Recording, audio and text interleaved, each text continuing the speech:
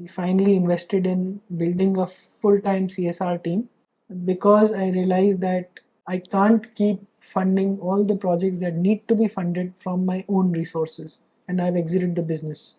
So जब तक business grow कर रहा है तो वहाँ से तो growth होके आता रह सकता है, but then if it comes to me only, मैं कितनी देर personally fund करूँगा.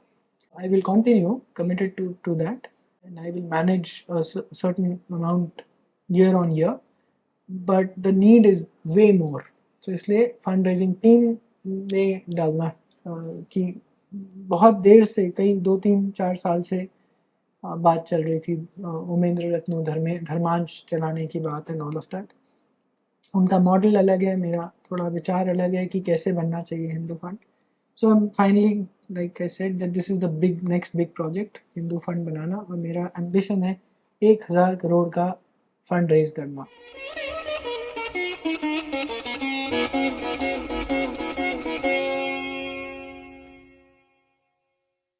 Namaste viewer, welcome to today's session. Today we have gathered here to talk with Mr. Rahul Diwanji. Namaste Rahul sir. Namaste. An entrepreneur, angel investor, open source software evangelist, blogger, writer, social activist and a sadhaka. In 2002, he had founded a company called Srijan Technologies, an open source software services company. In 2021, he sold this mid-sized business to an American company.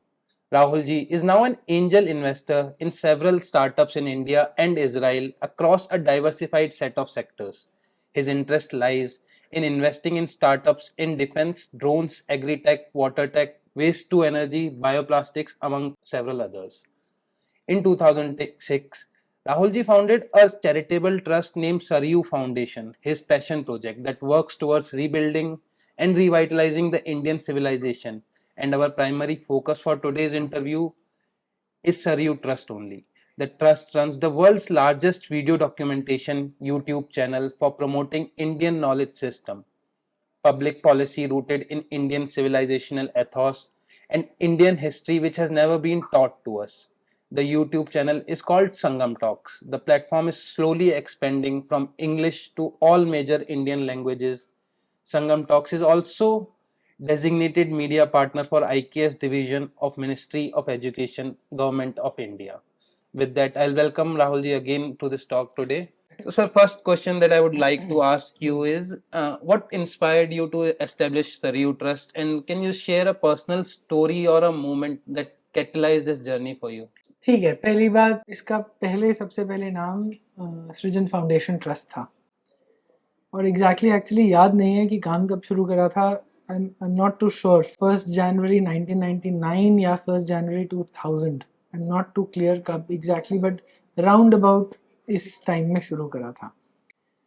मेरी mother के घर में जो domestic help था वो उड़ीसा का है, और डेली वेज वर्कर सड़कों पे खुदाई उदाई करता था. फिर वो मेरी किसी कज़न के घर वहाँ से कैसे पहुँचा, उनके घर में काम करता था. फिर वहाँ से मम्मी के पास आया, तो गट्ठे जब रहते थे तो उसे कुछ लिखना पढ़ना नहीं आता था. यंग बॉय, शायद 18-19-20 साल का होगा शायद, हाँ 18-19-20 साल का. उसको पढ़ाने का ट्रिगर था कि इसे पढ़ना लिखना नहीं आता, तो यहाँ से शुरू करते हैं. ऑफ कोर्स सिर्फ वो नहीं था, आसपास कार क्लीनर्स और डोमेस्टिक हेल्प जो थे उन सब के लिए सोचा करते हैं. तो जहाँ मैं रहता हूँ जिस सोसाइटी में, वहीं पर ही बड़े ओहदे वाले लोग थे. Colonel Ramakrishna retired army officer, ऐसी एक मिस्टर प्रसाद थे, रेलवेज ऑफिसर थे, रिटायर्ड थे. तो उन सबको मैंने रिक्वेस्ट करी कि हम एक दिन ये मिलते हैं. हमेशा से बचपन से ये आइडिया था कि कभी जब बहुत सारे पैसे हो जाएंगे तो भारत की सेवा करूँगा. एक्चुअली पॉलिटिक्स में जाके भारत की सेवा करने का आइडिया था, और कोई मुझे पता भी नहीं था कि कैसे होती है. मुझे सिर्फ पॉलिटिक्स समझ में आता था. एज अ किड ज़्यादा पता नहीं होता, तो सिर्फ politics is the only way to serve the nation. So वो मीटिंग हुई, कर्नल रामकृष्ण और प्रसाद साहब ने मिलकर वी स्टार्टेड ए स्कूल. शुरू कहाँ करा, मेरे घर के नीचे फर्स्ट फ्लोर पे मैं रहता था. एक फादर विंडी होते थे. उस समय तो मुझे कोई आइडिया भी नहीं था कि क्रिश्चियन मिशनरी भी होते हैं जो आके कन्वर्जन करते हैं. उस टाइम बस फादर विंडी बड़े अच्छे लगते थे. बेल्जियम के व्यक्ति थे, गांधीयन थे, और भारत में ऑलरेडी रहते हुए उन्हें उस समय 20-25 साल हो गए होंगे। तो वो ज़्यादातर तेलंगाना, जो अब तेलंगाना है, और राजस्थान में काम करते थे। तो उनका ऑफिस का क्या नाम था, उनका विलेज रिकंस्ट्रक्शन ऑर्गेनाइजेशन, VRO उनका ऑफिस था। उस ऑफिस में मीटिंग करी और वहीं पर ही फादर विंडी ने कहा तो मेरा ऑफिस यूज़ कर लो इस स्कूल चलाने के लिए। तो ऐसे स्कूल की शुरुआत हुई थी। धीरे धीरे करके हमने उस स्कूल को कुछ नाम देने की कोशिश करी, कभी कुछ नाम दिया, कुछ नाम दिया। बाद में चल के उस स्कूल का नाम, जब बच्चे बढ़ गए बहुत सारे, तो उन्होंने ही नाम स्कूल ऑफ हैप्पीनेस दिया। तो ये एग्जैक्टली सृजन फाउंडेशन ट्रस्ट उस टाइम बनी नहीं थी। तो इसको फंड मैं करता था। स्कूल के जो भी खर्चे आते थे, कर्ण रामा और प्रसाद साहब सब कुछ चलाते थे, और शायद कर्ण रामा भी थोड़े पैसे डालते थे। बट इसकी जो भी थोड़ी नीड्स होती थी बच्चों के, बिस्किट्स की या कुछ भी और, तो वो मैं देता था। फिर थोड़े और लोग जुड़ गए, मेरे फादर ने भी कुछ कंट्रीब्यूशन करी, कुछ और फैमिली वाले, कुछ और फ्रेंड्स आसपास कॉलोनी के, थोड़ी थोड़ी कंट्रीब्यूशन आती रहती थी। तो ऐसे करते करते स्कूल बढ़ना शुरू हो गया। At some point I think 2006 में, if I am not wrong, we formed Srijan foundation trust formally, जिसके अंडर ये स्कूल करे। इससे पहले हम उड़ीसा में, जो डोमेस्टिक हेल्थ था, उसके गांव में, उड़ीसा में जाकर हमने वहाँ पर 2 स्कूल शुरू करे थे, उसके गांव और साथ वाले गांव में। तो वहाँ पर 30-40-50 बच्चे एक गांव में और 70 बच्चे दूसरे गांव में। जो 70 बच्चे वाली एक लड़की पढ़ाती थी, प्रतिमा स्वाइन, ब्रिलियंट गर्ल। सुबह 70 बच्चे, शाम के बैच में 70 बच्चे। और उसके पिताजी ने अपना घर दिया। हमने कहा घर का किराया ले लो, उसने किराया लेने से मना कर दिया कि आप हमारे बच्चों को पढ़ाते हो, हम आपसे किराया नहीं लेंगे। तो उसको हम थोड़ी सैलरी देते थे, प्रतिमा को, और ऐसे ही किसी और को, जो दूसरे व्यक्ति थे उनको देते थे।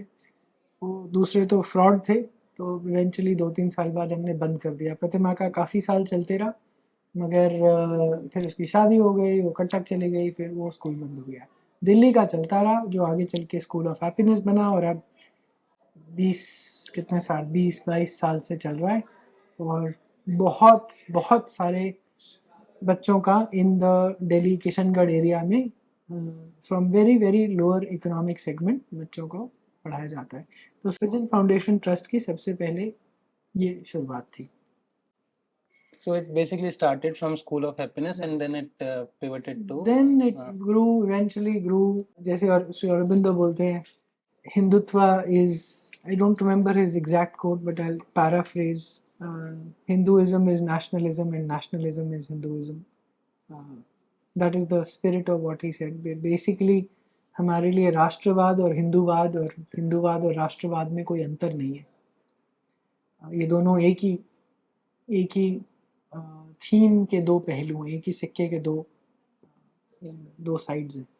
हिंदूवादी कार्यों में काफ़ी लगा हुआ था, तो आर्ग्यूमेंट्स होती रहती थी, जो मुझे बेसिकली कुछ फेसबुक, ट्विटर, सुबह शाम ऑफिस में बैठे हुए, रात को 2 बजे तक जागते हुए लोगों से लड़ाई होती रहती थी, क्योंकि इंडिक कॉजेज़ आगे बढ़ाने की बात। तो उस दौरान I think 2012-13, I don't exactly remember, मैंने सबसे पहले संजीव सान्याल की book, I don't know how I came across it, but वो पढ़ी थी, Indian renaissance, the rise after 1000 years of decline.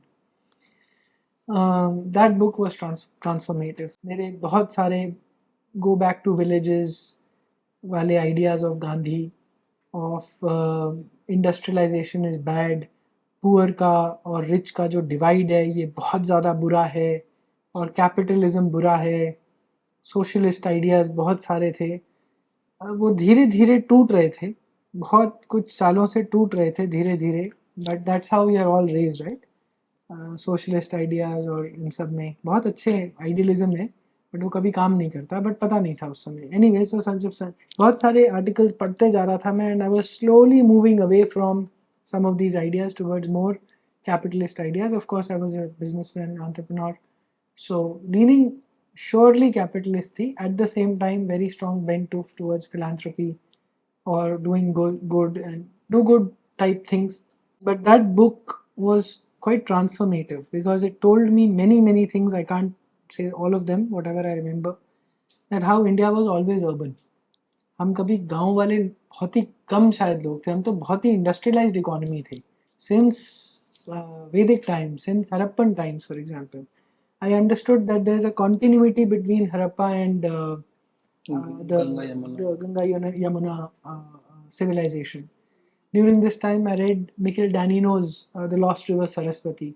Mind changed about how there was an endless, we are part of an endless civilization, I don't know, going back 10, 15,000 years, of 8, 9,000 years of from current era history तो है ही, अगर continuous हैं हम Harappa time से, from the earliest Rakhigarhi or others, and उसके पहले suddenly out of the blue तो civilisation नहीं आई होगी, कॉन्टिन्यूटी होगी और कुछ 5, 7, 10 हज़ार साल की, तभी यहाँ तक पहुँचे थे, तभी सिटीज़ बनाई थी, एग्रीकल्चर करा था, लोथल में पोर्ट्स बनाए थे, धोलावीरा के पोर्ट्स थे, massive ports. So that book was transformative in many senses. It told me that we were like the world's richest economy, and then we had this massive decline, not only because of cultural invasions and military and cultural invasion of the state, but because of many reasons internal to us as well. And just about that time, थोड़ी देर बाद, so Facebook, Twitter वो सब चलते रहता था, लड़ाई भिड़ाई, defending India, Bharat की सेवा का आइडिया वही बन गया था कि सब लेफ्टिस्ट और सोशलिस्ट जो स्कूल में दोस्त थे उन सब के साथ सुबह शाम यही लड़ाई होती रहती थी. ऑफ कोर्स काम करता था सुबह शाम, एग्जैजरेट करके बोल रहा हूँ, but that was the direction.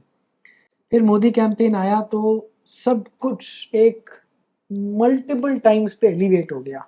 इतना हेट फॉर सपोर्टिंग मोदी झेलना पड़ा, और उस समय debates went to a different level. I started losing friends, मेरे 20 साल पुराने फ्रेंड्स स्कूल कॉलेज के. So it was a very depressing time in some ways, क्योंकि इतने लोग छोड़ के गए, क्योंकि मुझे अपने आप पे भी डाउट आता है कि यार शायद मैं गलत हूँ या क्या है, यू नो, खुद से बार बार खड़े होकर, and you don't have a support structure. So we are talking about 2013-14. 13-14 period. After 13-14 the election. Before the election, while it was, you know, getting clear that Yes. we are sick and tired of this government of policy paralysis, we wanted a change. So Modi was seeming to appear on the scenes as the next PM candidate. So all of that, you know, issues started, and because of defending him and, you know, an idea of India which is Hinduism is nationalism, nationalism is Hinduism, nationalism को भी गाली देना, patriotism को भी गाली देना, हिंदूवादी को तो वैसे ही गाली देना, कुछ सेक्युलरिज्म का आइडिया है, कुछ पता नहीं क्या डिवर्सिटी उसका आइडिया है, quite a few weird ideas, but वो बड़े अजीब अजीब से आर्ग्यूमेंट्स देते थे. एक व्यक्ति थे मेरे कॉलेज के भाई साहब, एक दिन मुझे बोलते हैं कि 1947 में इंडिया बना था, उससे पहले तो इंडिया था ही नहीं. तो मैं बड़ा चंभा, मैंने कहा अच्छा भैया है, तो कोलंबस, ये मार्को पोलो, जो मेगास्थेनस इंडिका लिखता है और सब, वो किसकी बात कर रहे थे, अरब हिंद बुलाते थे. नहीं, that is like saying Italy is Rome. अब इसकी ना आर्ग्यूमेंट्स नहीं होती थी beyond a point. I was lost for arguments. इतना आर्ग्यू करो, वो कुछ और अजीब सी आर्ग्यूमेंट डालते थे, तो डेटा नहीं होता था. तो ये बहुत बड़ा चैलेंज आ रहा था. This is only one anecdotal example जो बहुत शार्प पे मेमोरी में, बट ऐसे बड़े सारे एग्जाम्पल होते थे. तो क्या बोलते थे, patriotism is a refuge of the scoundrel, ये बोल दिया. Okay. कि पेट्रियाटिज्म ही खराब है जी. अच्छा तो हम क्या बने, यही कुछ, मतलब बस वर्ल्ड सिटीजन बन जाओ. मुझे तो समझ में नहीं आता है वर्ल्ड सिटीजन क्या होता है. अपनी roots are not important. So what if India becomes a Muslim country और a Christian country, so what. Okay, ये क्वेश्चन अब मेरे ऊपर किसी ने फेंका तो क्या हुआ. मैं भी भैया, मतलब बड़ी अजीब सी बात है यार कि भारत एक पूरा इस्लामिक कंट्री है, तो पाकिस्तान और भारत में अंतर क्या है. फिर यही सोचता था. Then there might not be a place for righteousness or हाँ, right मतलब things in. तो ये नेशन का आइडिया है, फिर नेशन के आइडिया को विलीफाई करना. अच्छा तो मतलब ऐसे बड़ी अजीब अजीब सी आर्ग्यूमेंट्स आती थी, और honestly I mean I wasn't trained in this.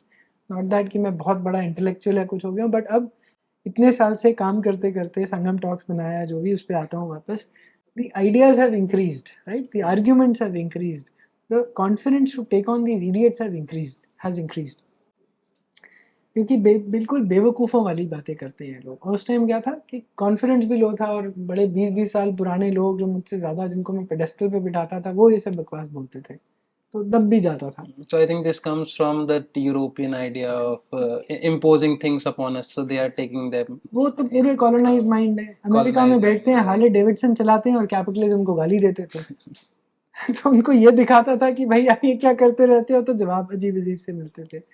ठीक है, ये मतलब रियल सिचुएशन है जिसकी मैं बात कर रहा था। वो हार्ले डेविडसन पे फोटो लगाता था फेसबुक में और गाली देता था कैपिटलिज्म को कि रिच और डिवाइड का वो बढ़ रहा है, एंड यू पीपल हिंदूवादीज आर रिस्पॉन्सिबल, तुम कैपिटलिस्ट रिस्पॉन्सिबल हो।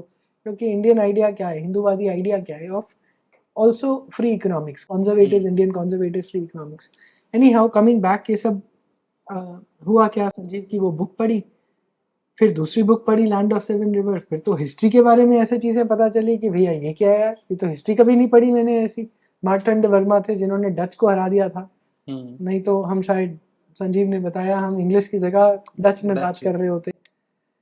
तो ये सब पढ़ा, फिर मैंने बड़े डरते डरते कि कोई बड़े व्यक्ति हैं संजीव सान्याल, बट ईमेल कहीं से ट्विटर पे ढूंढा और ईमेल लिखी, thankfully responded to me, and then we set up a time मिलने के लिए। तो एक बार यहाँ मिला, फिर मैं सिंगापुर गया हुआ था काम से, तो उन्होंने घर पे इनवाइट करा, फिर वापस कोई डेट तय हुई 4 जनवरी 2016 में, that we will hold this first lecture. उस टाइम मेरा आइडिया ये था कि मैं, I was so inspired by the book that उससे 2015 में मैं पहले अपने बैक पैकिंग ट्रिप पे गया, और मैं उससे उस बुक पढ़ने के बाद कंबोडिया गया, अंकोर वाट गया, पहला नहीं दूसरा, उसके बाद मैं हम्पी गया, just because of the book. यार ये भारत की ये वाली हिस्ट्री तो पता ही नहीं है।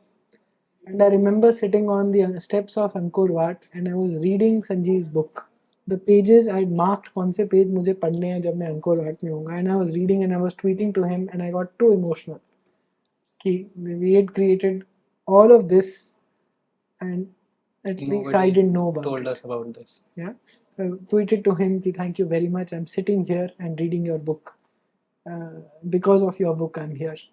Anyways, That started Sangam yes, Talks, so 4th Srijan January Talks. Sanjeev agreed and then first talk हुई। फिर उसी समय भारत तेरे टुकड़े टुकड़े होगा, अभिनव प्रकाश, संजीव ने अभिनव प्रकाश के साथ इंट्रोड्यूस किया था। वो पीएचडी स्कॉलर थे, जेएनयू में अभी प्रोफेसर हैं इकोनॉमिक्स के डीयू में, और बीजेपी के यूथ विंग के कोई बड़े पदाधिकारी हैं भी हैं। तो अभिनव से थोड़ी बहुत दोस्ती हो गई थी। वो much younger to me, 10 years younger to me, but his words of advice were terrific for me. He told me, Rahul, इन कम्युनिस्ट से आर्ग्यू करने का कोई पॉइंट नहीं है, ठीक है, you have to turn people who are fence sitters over, जिनको कुछ पता ही नहीं है, उनको जिनको कुछ इंट्यूशनली कुछ लगता है, उनको हमारी तरफ लाना है। I think I've been there as well. Ideologically जो लोग ऑपोजिट साइड के हैं, कम्युनिस्ट हैं, हार्डकोर, उनको टर्न करने का कोई पॉइंट नहीं है। तो ये जो तू लड़ाइयाँ करता रहता है ना, these are useless. I mean great words of wisdom, not that it change too much for me, because वो लड़ाइयाँ चलती रही मेरी, बट मुझे आंसर मिल गया कि मैं इन गधों को कभी कुछ बदल ही नहीं सकता, because they are not rational. उनको आइडियाज़ नहीं सुनने, they are not open to new ideas, उनको बस पिलना है, क्योंकि उनकी आइडियोलॉजी सेट हो चुकी है, वो चेंज नहीं करेंगे उस आइडियोलॉजी को, they are too invested in that ideology. Anyway, so फरवरी या मार्च शायद, आई डोंट रिमेंबर, फरवरी I think, just after Bharat तेरे टुकड़े होंगे, 8-10 दिन के अंदर अंदर ऑलरेडी सेट था, भारत तेरे टुकड़े हो गया था। So we were thinking of cancelling, but we didn't cancel, we went ahead and held Sanjeev second lecture in partnership with Abhinav's team at JNU. This was India's maritime history, उस पे संजीव ने लेक्चर किया। Then as I came out, so Sanjeev told me that don't only keep calling me, call other speakers. And that was the trigger for Sangam Talks. So Sanjeev gave a few references, then I started reaching out, then reached out to Sai Deepak. I know he was one of the earliest to speak on freeing temples. So once in a month, उस time इतने ही पैसे थे, I used to, because of my guru, Sadguru Jaggi Vasudev, मैंने अपने आप को क्या promise किया था कि मेरे, उन्होंने एक प्रोग्राम शुरू करा था 7% ईशांगा, मतलब ईशा को डोनेट करना, part, become a part of Isha. तो मैं अपनी पर्सनल इनकम में से 7% ईशा को भेजता था, और मैंने मेंटली ये मॉडल बना लिया था बहुत साल पहले ही, जब शुरू किया था, कि 7% of my business profits year on year I will put into Srijan Foundation. Srijan Foundation for doing dharmic projects forward. So that's how the funding for Sangam Talks, which was that time called Srijan Talks, started. Right. तो वो 4 जनवरी को first हुआ, उसके बाद हमने channel launch करा and channel started. तो उस टाइम एक टॉक पर मंथ करने की क्षमता होती थी. धीरे धीरे as the business grew, grace of life, grace of my guru, my capacity to put more money increased, my capacity to put more money into this, the business grew, and so that 7% kept growing. So वो once a month से धीरे धीरे करके once a week हो गया. Then COVID happened, Covid के समय online हो गए, तो अब तो शायद 10-12 टॉक्स महीने की होती हैं. So that's the genesis of Sangam talks. A lot said in for one question, but Right. hopefully No, but we have learned a lot through this. So starting from School of Happiness, and now we have learned how was the foundation for Sangam Talks was put in. कहाँ से संगम talks का basic start we point आया. changed the name in the middle. हाँ, सृजन talks सृजन से to Sangam talks संगम बनाया talks, और right. सृजन फाउंडेशन ट्रस्ट से Saryu foundation Saryu trust foundation change trust, किया. Right. So I was just while I was just listening to you, आपने एक अपना प्रोजेक्ट बताया freeing the Hindu temples. So before we expand upon Sangam Talks कि हम क्या क्या what are all the things that you are doing under the Sangam Talks, I would want to ask you कि और कौन से वो projects हैं, what are some key initiatives that started under Srijan Talks or let's just say Saryu Sure. Trust other than School of Happiness and Sangam Talks. तो ऐसे ना होता क्या गया कि because I started doing Sangam talk, और में बहुत ज़्यादा चेहरा कभी भी नहीं था, but of course because I ran it, so people started coming to our events and वहाँ से नेटवर्क धीरे धीरे बढ़ता गया. तो हुआ क्या, जिसका भी कोई हिंदूवादी प्रोजेक्ट था ना, तो मैं हाथ खड़ा करता हूँ. ये मेरी बहुत देर से आदत है. Volunteerism has been a very old, like in my life, good trait I would से.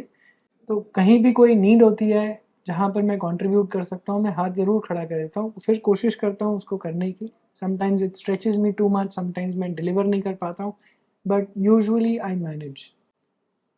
सो जैसे जैसे लोग जुड़ते गए, उनके प्रोजेक्ट्स के साथ जुड़ता गया. कुछ प्रोजेक्ट्स में लीडरशिप लेनी शुरू कर दी.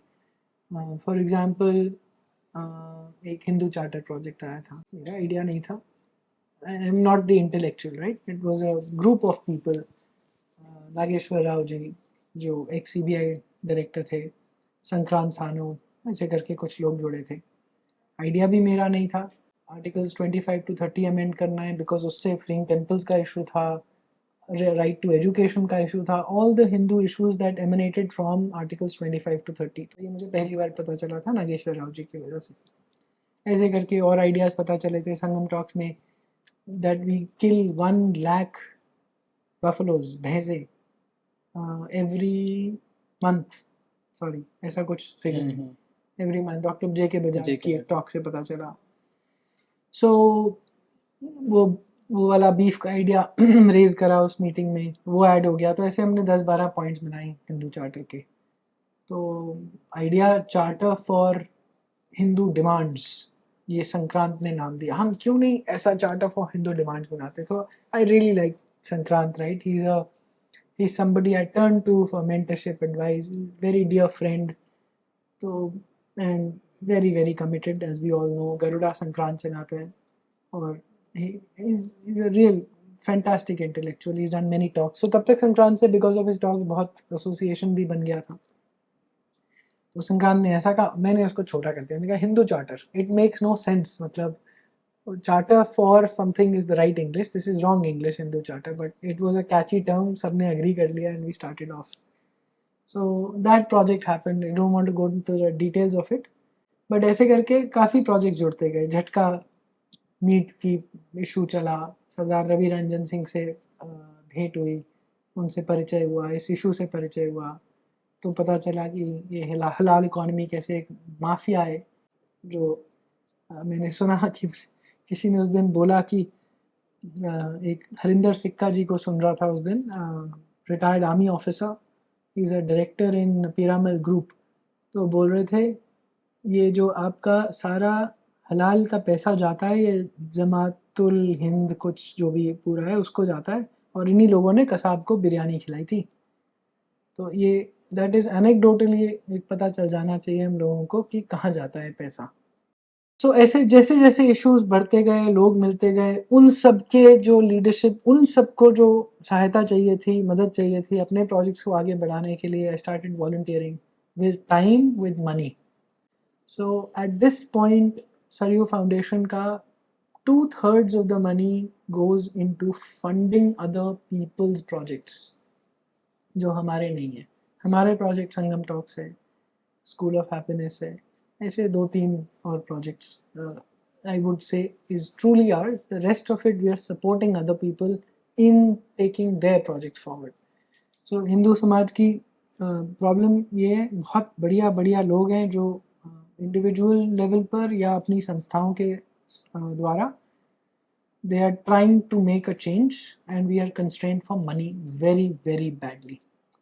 So for the last several years I've been funding many people, many individuals, many organizations via Srijan Foundation Trust, Saryu Foundation Trust later. And yeah, that is big part of our, like I said, 2/3 of our annual budget almost goes in supporting others who do their work. So I'm aware of the idea of Hindu Fund that you have. I would call it your one of your dream project that you have. The next big project. But before that, I want to also ask you, where did the sports picture came in the picture? Like I know, I am aware of that. Like rugby and cricket academies are. We are also. It is simply just saying that okay, this guy is doing great work. उनसे जाके बात करना, आपको क्या support चाहिए। ऐसे ही वो हमारे स्कूल ऑफ हैप्पीनेस के जहाँ पर स्कूल है उसके पास में ही ये रग्बी का वो चलता है। तो अरुण डागर जी हैं, बढ़िया, मतलब 6'3" 4" हैं, ह्यूज। वहाँ पर 150-200 बच्चे आके, लड़के लड़कियाँ बिल्कुल लोअर इकोनॉमिक बैकग्राउंड से आके बच्चे जब खेल रहे होते हैं, बहुत सही लगता है, क्या चार्ज्ड अप एनवायरनमेंट होता है। तो एक दिन हिम्मत करके पूछने ही चला गया, नहीं तो थोड़ा ऑकवर्ड लगता है ना कि पूछने जाओ कि आपको कोई मदद चाहिए, तो बड़ा अजीब लगता है कोई चला जाए। बट जाके पूछ लिया एक दिन, तो उन्होंने कहा हाँ जी खुद चलाते हैं, कोई कभी कोई पैसे दे देता है ग्राउंड बुक करने के, दे देता है तो मिल जाता है, मतलब डिपेंड करता है स्पॉन्सर्स के ऊपर। तो मैंने कहा हम आपके लिए कुछ करते हैं, बस ऐसे करके उनको बोला, तो अब उनके लिए कुछ फंडिंग शुरू करी। अब उनके लिए वीडियो बना रहे हैं to actually do formal fund raising for them, ताकि किसी एक लार्ज फाउंडेशन जैसे कोई रिलायंस फाउंडेशन जो फुट स्पोर्ट्स पे बहुत ध्यान देती है, या कोई और मिल जाए जिनको स्पोर्ट्स में फंडिंग करनी है। सो लास्ट ईयर और early this year we finally invested in building a full-time CSR team, because I realized that I can't keep funding all the projects that need to be funded from my own resources, and I've exited the business. So जब तक business grow कर रहा है तो वहाँ से तो growth होके आता रह सकता है, but then if it comes to me only, मैं कितनी देर personally fund करूँगा। I will continue committed to that, and I will manage a certain amount year on year, but the need is way more. So इसलिए fund raising team में डालना कि बहुत देर से, कई 2-3-4 साल से बात चल रही थी, उमेंद्र रत्नू धर्मांश चलाने की बात है, ऑल ऑफ दैट। उनका मॉडल अलग है, मेरा थोड़ा विचार अलग है कि कैसे बनना चाहिए हिंदू फंड।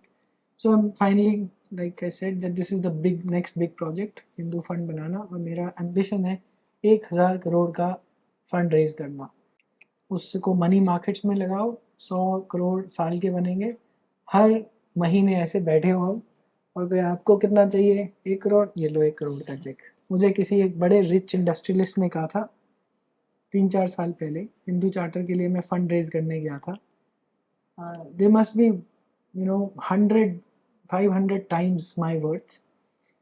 मगर जब हिंदू चार्टर के समय 7-8 लाख रुपए रेज करने के लिए मैं जाता था, नागेश्वर राव जी के रेफरेंस से, संक्रांत के रेफरेंस से, कुछ मेरे रेफरेंस से, जैसे ढूंढते हुए कुछ लोगों के पास कि 7-8 लाख, कोई 50,000, 1.5 लाख, ऐसे कुछ भी दे दे।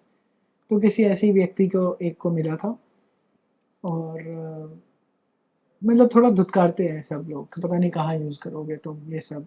I could have funded all that myself, but the idea was to go to public and ask for money. Of course, I didn't want to fund it also because उस टाइम बहुत ज़्यादा पैसे भी नहीं थे और मेरे सारे रिसोर्सेज संगम टॉक्स में जाते थे या एसओएच में.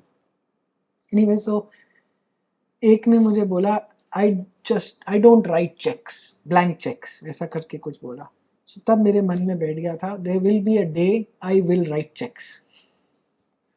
हाँ, तो मेरे को हिंदू फंड बनाना है. तुम्हें कितना चाहिए? You want 5 crores? Okay, give me your plan. I will talk to you after 1 year. अब तुम मुझसे BMW खरीदो या अपनी संस्था को BMW बनाओ, हिंदूवादी संस्था को. So that is the problem I have to solve. So we don't have a temple money होता है हमारे पास, but temples are under government और उसमें कैसे वो money, we don't have a mechanism for feeding the Hindu ecosystem. Islam has, Christianity has, Hindus don't have. So we are only dependent on individuals or organizations. Organisation CSR में secular projects में पैसे देती है, but in धार्मिक causes तो वो जो 10-12 points की लिस्ट है शायद उसमें बड़ा मैनिपुलेट करके देना पड़ेगा. सो क्लीनली कोई पैसा आ नहीं सकता. संगम टॉक्स को hardly anybody, we hardly get 1 or 2% of the money that we spend, we need every year. This is a big problem. This is a big project I am determined to solve. I have no idea how, but I know I will solve it. But that's indeed inspirational. So, as I can understand, our support system was destroyed when our temples were destroyed in India, and now nobody gave us a chance to restore that support system, or maybe we can say एक limit तक it was people stopped it from being recreated. So कहीं ना कहीं ये Hindu fund का idea उसको उसके साथ अलाइन होता है that we can create that support system. That is absolutely right. पहले तो राजा महाराजा सब फंड करते थे. ऑल टेम्पल्स और सपोर्ट फॉर धार्मिक ऑर्गेनाइजेशन और धार्मिक एक्टिविटी, गुरुकुल से लेकर मंदिर to building temple ponds to promoting architecture, dances, everything, all of this activity was around temples as far as I've understood from scholars. Agreed. और उस सबको सपोर्ट करते थे राजा महाराजा. जाते थे एजुकेशन, गुरुकुल धर्मपाल जी की, जिन स्कॉलर्स ने धर्मपाल जी के ऊपर बात करी उन्होंने बताया कि गुरुकुल्स वर लार्जली फंडेड, नॉट ओनली वैदिक बाय द वे. गुरुकुल सोचते ही हमें लगता है कि संस्कृत चैंटिंग कर रहे हैं, दैट्स नॉट ट्रू.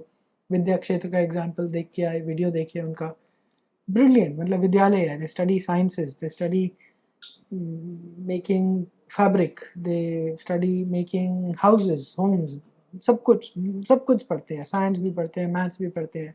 शुरुआत गीता की चैंटिंग से होती है रोज सबकी. तो दैट्स अ विद्यालय, बट स्टिल अ गुरुकुल. तो ऐसे गुरुकुल के अलग अलग वर्जन्स होते थे. तो मुनीत जी से बहुत सीखने को मिला इस सारे सिस्टम के बारे में. तो ऐसे जो विद्यालय होते थे वो कितने बंगाल में शायद 1 लाख थे शायद, 2 lakhs. तो वो सारे कम्युनिटी फंडेड होते थे. In Bengal alone it was that figure. वो कम्युनिटी फंडेड होते थे. अब तो सब कुछ हमने सरकार को आउटसोर्स कर दिया है. सरकार चलाएगी हमारे स्कूल भी, हमारे को सर्व शिक्षा अभियान भी वो चलाएगी. एकदम खड्डे में नाली में पड़ा हुआ है सर्व शिक्षा अभियान. अगर वो मिड डे स्कीम में इस्कॉन, अक्षय पात्र जैसी ऑर्गेनाइजेशंस ना करें तो वो कुछ नहीं होने वाला. उसमें कभी छिपकली गिरी मिलेगी, स्कूल गवर्नमेंट के चलाए हुए. So this whole dependence on government is an extremely bad idea, and this is also part of the next big narrative that we have to set from Saryu Trust. We the people have to take the charge. Yes, it is minimal government, strong government, sure, but please be out of many things that need to be done. But it is not the government's problem. Actually, it is our problem. हमने सब कुछ उन्हीं से मांगते हैं. Temple भी हमारे तुम चलाओ जी, स्कूल हमारे तुम चलाओ. I mean, who empowered Kejriwal for example? मेरे घर के पास ही एक स्कूल फीस, जब उसने आके तमाशा मचाया था कि स्कूल फीस ज़्यादा होगी, हम स्कूल को जब्त कर लेंगे. There are schools he's taken over. One school with massive land, Kathuria public school करके, massive land, जंगल, बेकार ज़मीन, मतलब 3-4 फुटबॉल फील्ड की जगह होगी उसके पास. सब बेकार जंगल उगा पड़ा है, एक बच्चा नहीं जाता. क्या फ़ायदा मिल गया केजरीवाल को ये सब बकवास करके? स्कूल चला लिया उसने, वो स्कूल नहीं चलाया. ना लैंड मिलता है खेलने के लिए, वहाँ पर बस घास फूस झाड़ फूक उगा पड़ा है। क्या परेशानी थी? जो बच्चा देने को तैयार है ज़्यादा फीस, क्या परेशानी है इनको? जीडी गोयनका भी जाते हैं, सबको बंद करवा दो फिर तो। क्या बेवकूफ़ी, क्योंकि लैंड वो गवर्नमेंट ने दिया है। अरे भाई, you know there are better mechanisms to figure out. But ये जो एंटी कैपिटलिस्ट और सोशलिस्ट माइंडसेट है ना, this has to be broken. हर जगह फ्रीबीज, दिल्ली जल बोर्ड होगा तो वो लॉसेस में अब रन कर रहा है बुरी तरह, कुछ पता नहीं 2-2.5 हज़ार करोड़ का लॉसेस एवरी ईयर। पानी फ्री देंगे, क्यों देंगे जी पानी फ्री? पाइपिंग में क्यों नहीं आप इन्वेस्टमेंट करते? इंफ्रास्ट्रक्चर में इन्वेस्ट नहीं करेंगे क्योंकि उसके पैसे नहीं है। वो लॉसेस कहीं से कमाओ, कहीं और दे दो, और फिर डुबा के एक स्टेट को पकड़ा दो किसी और को कि जी उसने डुबा दिया। That's how Modi inherited a completely economically broken India in 2013-14, right? Like Milton rank Friedman पे used चला to गया। say. Yes, I Milton understand. Friedman, Yeah, Thomas Sowell, I get your point. ये वाली सारी direction to hopefully change the Sangam Media. Some of these projects are going to happen because we have to change the narratives in the country. Because that way, through freebies, we don't empower people. Actually, we just make them too much dependent over something which should not be there. Orissa में कोई काम नहीं करता, खेती पूरी destroy कर दी है because 2 रुपए किलो 5 रुपए किलो चावल मिलता है subsidised. This is how you make people dependent on the government. You don't empower them to be independent and interdependent upon other communities for your existence. I agree. And the ration system, in fact, though the intentions could be good, but I have seen it being misused in every part of country as Which system? ration system. Ration system. Yes.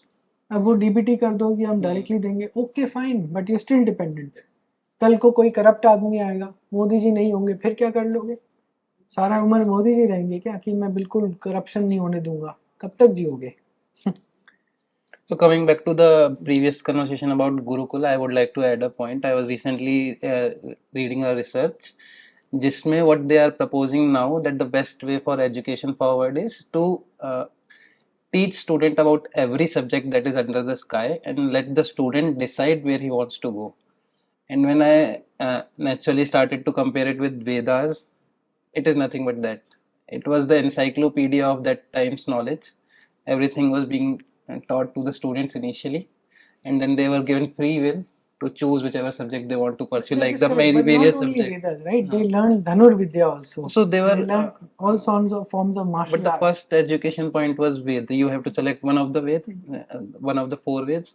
You do contest करते थे उन्हें, and then you go for the further education.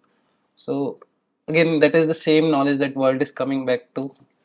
The things are coming full circle. That's my thought. I am not. No, I'm not too educated in this, but I'm sure it is like that. Anyways, that now we'll come back to the point of discussion here. Ji. So we started from School of Happiness, then Sangam Talk started, and we have talked about other initiatives. But in this long journey of around 20 years, there must be many challenges that you would have faced. We have talked about a few already, but are there some other challenges that you would want to highlight जो आपने face करे इस पूरी journey में अभी तक की 20-25 years के around आपकी इस ट्रस्ट को बिल्ड करने की frustration of not being able to do enough, सबसे बड़ा यही रहता है, सबसे रोज की फ्रस्ट्रेशन सबसे ज्यादा यही रहती है।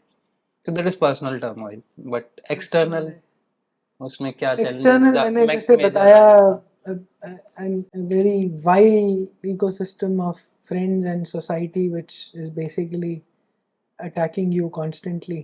आप कुछ बोल दो तो ट्विटर यूट्यूब सब आपको डाउन कर देता है, कोई बाकी, so it's very strange। मतलब जैसे फॉर एग्जांपल यूएस का एग्जांपल ले लेते हैं, क्यों अगर आप सोशल मीडिया प्लेटफॉर्म्स पे कंपनीज में ओपनली आप बात करो और ट्रम्प की वोट लगाओ, you are considered a very great character person. बिल्कुल बिल्कुल, that's normal, no problem with that. The moment you say you support Trump, oh then you can't do that, as an example। it's the same case here with Modi. आप open channels में liberal values के लिए खड़े हो तो you are saying you are allowed to bash Modi, but equally you can't stand for Modi. So there is no freedom of speech for people who have a different view. So ना बड़े सारे US और इन सब कम्युनिटीज़ में मेरा एक वो रहता है कि they want diversity of skin color and diversity of race and आजकल ये gender fluidity nonsense और पता नहीं क्या क्या कि आप asexual, pansexual, cisgender, this फलाना ढिमकाना ये सब करते रहते हैं idiots. They want all that nonsense and but not diversity of ideas. They don't want it. They want conformity of ideas. हमारे आइडियाज से अलाइन हो जा, तुम्हारी ब्राउन और ब्लैक स्किन है तो बहुत मस्त आदमी हो. क्यों? वो हमारी ट्रॉफी बनाते हैं. Thomas Sowell says this. They want to make trophies out of us. Milton Friedman, Thomas Sowell, they repeat the same message, right? And they are basically self-congratulatory people जो अपने आप को कहेंगे हम बहुत बढ़िया लोग हैं, हमने तुम्हारे ब्राउन स्किन मैन को अपने साथ बिठाया है, वाह. अपना ईगो मसाज. तो ये सबसे बड़ी this is a big challenge, right? I mean इसके बड़े सारे टेंटिकल्स हैं, बहुत सारे. ये बेसिकली वामपंथ है और इसके टेंटिकल्स हर जगह स्प्रेड है. ये transgenderism, minorityism in India, in US, in India reservation system जिसको यूएस में एफर्मेटिव एक्शन बोलते हैं फॉर ब्लैक्स. ये मुस्लिम्स का जो हम पता नहीं 5,000 करोड़ पढ़ाई के लिए, क्यों भैया? आप तो कन्वर्जन को आप बढ़ावा दे रहे हो कि अगर मैं मुसलमान बनूंगा तो आप मेरी एजुकेशन आप फ्री करोगे. ये क्या बकवास है? मैं मेहनत करके अपने बच्चों को पालूं, अपनी सब कुछ करूं, मुसलमान बन जाओ तो फ्री में कर दूंगा जी. और इसको बड़ा अच्छा माना जाता है. ये माइनॉरिटी, ये इस सरकार के अंडर भी अंडर माइनॉरिटी मिनिस्ट्री होता रहा है पिछले 8-9 साल से. पता नहीं अभी क्या सीन है. So in the name of so-called minorities, the rights of majorities are being taken away. This is exactly what 25 to 30 article is, but ये सिर्फ constitutional problem नहीं है, ये societal problem है. And there will This somebody is a problem of always be Vampanth having spread its tentacles everywhere. the conflict angle. There will always be a conflict. हर जगह in तो communism. Husband wife में conflict होगा, कहीं ना कहीं होगा. वामपंथ क्या करता है? उसको एग्जैजरेट करता है, exaggerate. उस फॉल्ट लाइन को पकड़ के हारने की कोशिश करता है, to break societies down. Finally it's about control. ये जैसे वो डॉक्टर राजीव मिश्रा ब्यूटिफुली उन्होंने एक्सप्लेन करा अपनी किताब और उसके ऊपर अपनी टॉक में, Vishaila Vampanth, how this is, they are not out there to do social good, they are out there to control, break, exploit every fault line that exists in any relationship within a family, within families, within communities, with the nation state, everywhere. Exploit it, control it, so that you can be in power, they can be in power. This is not a social good movement. It's a philosophy of control. It's a philosophy and of maintaining fine. control. Yes, that they just want control. And if we look rationally, there will always be a minority in any country. So where will we stop? There will be no ending point. Why do you think an organization like Saryu Foundation Trust exists in India, or in anywhere in the world or entire world? Why should we exist? Well, we exist, but what is Why should more organizations like this exist? And Sure. Firstly, I think so. I am not going to praise ourselves कि हम बड़े ज़्यादा कुछ बड़ा काम कर रहे हैं. मतलब यहाँ पर चरण स्पर्श लायक हज़ारों लोग हैं. विष्णु शंकर जैन जो काम कर रहे हैं, या डॉक्टर मीनाक्षी जैन जो पूरा जीवन इसमें लगा दिया. आज कैनरा डेल्स्ट आए थे टॉक्स करने. ये सब धुरंधर लोग हैं, हम उनके सामने कुछ भी नहीं है इन सब के सामने, right? They given their lifetimes to do this, to support build this ecosystem. इन सब की फाउंडेशन पे हम सब खड़े हैं. So there are these thousands of people and organization, hundreds and thousands of them who are working for the country. तो मतलब बेसिकली मैं क्वेश्चन ऐसे इंटरप्रेट करूँगा कि not why should we exist and all, but मैं ये कहूँगा कि what is the value that we are bringing in our existence. Firstly, like I told you, that 2/3 of our money is going in supporting our budget. Annual budgets are going in supporting other Hindu organizations to ensure they move forward. And it's a large sum of money, quite large, and continuously for I don't know, since 7-8 साल, 8-9 years easily. Then there is Sangam Talks itself, for example. And why is this platform important? Why is the continuity of this platform important, and such platforms important? Because our ideas of our history like how first time I heard this from Sanjeev Sanyal. Sanjeev Sanyal, is said, and I'm reading out. It is said that until the lions have their historians, tales of the hunt shall always glorify the hunter. Basically, जो hunt अभी तक hunter ने ही अपनी story बताई है, which is the colonial history, right? We need to tell the colonized person's or nation's story as well. It's an African proverb, right? Which is a lion telling its story. So we've not told our stories. So Sangam Talks is telling Indians, Bharatiyas, our stories, our narratives, our knowledge systems. And until we have that, the self-confidence that the civilization needs to come up, to rise again, will not be achieved. So this is a premise. The self-confidence of people of this civilization, is a basis for the reclaiming and the rebuilding of our civilization. I'll quote another very important point here. I met Dr. Bajaj a few months back, and during one conversation we were talking about mediocrity in India, how mediocrity is very high in IT companies. I've experienced that personally. He was talking about education, teachers, and all of that. This mediocrity, he said that his biggest problem with a secular state is that the secular state promotes mediocrity. I was like, what? What do you mean? So he told me a little story of a French philosopher called Braudel. I think Frank Braudel, if I'm not wrong, but Braudel, yes, for sure. He wrote a essay on how the Chinese actually are able to put up on their walls that we will do the work of 10 years in one, because we are recreating a civilization. We are rebuilding our lost civilization, our lost glory, our lost confidence, all of that, and we will dominate. They are able to do that because of that civilizational understanding. The Indian state does not tell us or even teach us who we were. And when it does not do that and actually promotes all this shim-sham of unity in diversity and all this nonsense, that somehow diversity is better than homogeneity of this country or the homogeneous culture of this country. Though we are naturally diverse. We are naturally diverse, and at the same time there is a homogeneity of culture, of civilization, of religions, if you like.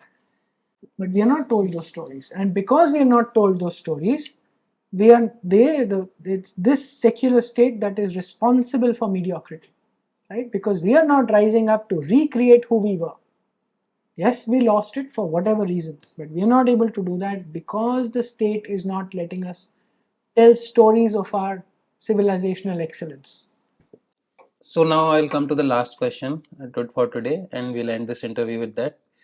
I would like to ask you, why should more people join in this journey of Sangam Talks and Saryu Trust, and what would you say why more people should be joining this initiative? So there are two aspects to the joining. One is volunteerism or working full time or whatever for the trust, or volunteerism in Sangam Talks or joining Sangam Talks. The other part is the joining of people to come and help with money. So जैसे T Hanuman Chaudhary ने एक छोटा सा snippet दिया था हमारे लिए. उन्होंने नाम दिया कॉर्पोरेट स्पिरिचुअल रिस्पॉन्सिबिलिटी. तो केवल सरयू ट्रस्ट के लिए नहीं है, बट मैं थोड़ा सा वाइडन कर रहा हूँ कि आपकी हर कंपनी की कॉर्पोरेट सोशल रिस्पॉन्सिबिलिटी नहीं है, कॉर्पोरेट स्पिरिचुअल रिस्पॉन्सिबिलिटी है भारत की हिंदूवादी ऑर्गेनाइजेशंस को पैसे देना, उनको डोनेट करना, फिलांथ्रोपी एक्सपैंड करना towards spiritual responsibility. I'm not trying to be boastful here, but I mean, we are an organization which deserves this money, right? So that is part of the joining. I'm just giving that color. And not only us, there are hundreds, thousands of companies and organizations and individuals who deserve this money. So that is part of the joining. Just coming narrowly to why people should join us. We're a good organization doing good work. 8 साल शायद अभी कुछ ही महीनों में संगम talks को हो जाएंगे. We've made an impact. If people want to volunteer, there aren't too many full-time positions, paid positions, but a lot of pro bono volunteer positions that we have with anchors, with video reviewers, but we have some paid positions honorarium positions as well. You want to join, people want to join this, most welcome to. We are trying to expand into colleges now. So we're trying to set up Sangam studios with colleges. We are, like I said, trying to fundraise. I fund most of it myself from my own resources. That needs to change. So both individuals and corporate spiritual responsibility, companies need to come in to pitch for us as well. I think we're doing an important piece of work in this whole narrative for the ecosystem, for furthering the ecosystem. We've done it for long. We are continuing to do it. Even within Sangam Talks, we have many more projects to do. Even technology projects, for example. Like I said, we are trying to fundraise for many organizations. So whether Hindu Fund or in Saryu Trust itself, we are creating now, is going to be out soon. Maybe by the time this talk comes out, it'll probably be live. But we'll have a fundraising platform, a crowdfunding platform. And so there are many projects like that. We are actually transcribing all our talks. Professor Kapil Kapoor had once told me, why don't you spend resources, time, money into building a compendium of your most important talks? It's very important to do, very important project, but there aren't people to do it, and we can only afford so much. So if people join in, then we could do many more projects, many more diverse type of projects to take these projects forward. I can definitely vouch for that, and that many people should join, and it is a very important initiative. I don't think any other platform in India or maybe in the world has brought. That would be too boastful, but yeah, at the okay. risk of sounding boastful, I would say no other platform That's because you has work here. brought in so many scholars together on a single place and on a single platform where people can learn from dedicated research. It is at their fingertips now. So, well, that being said, thank you, viewers, for joining us today. Thank you, everyone. Thank you. Thank you, Rahulji.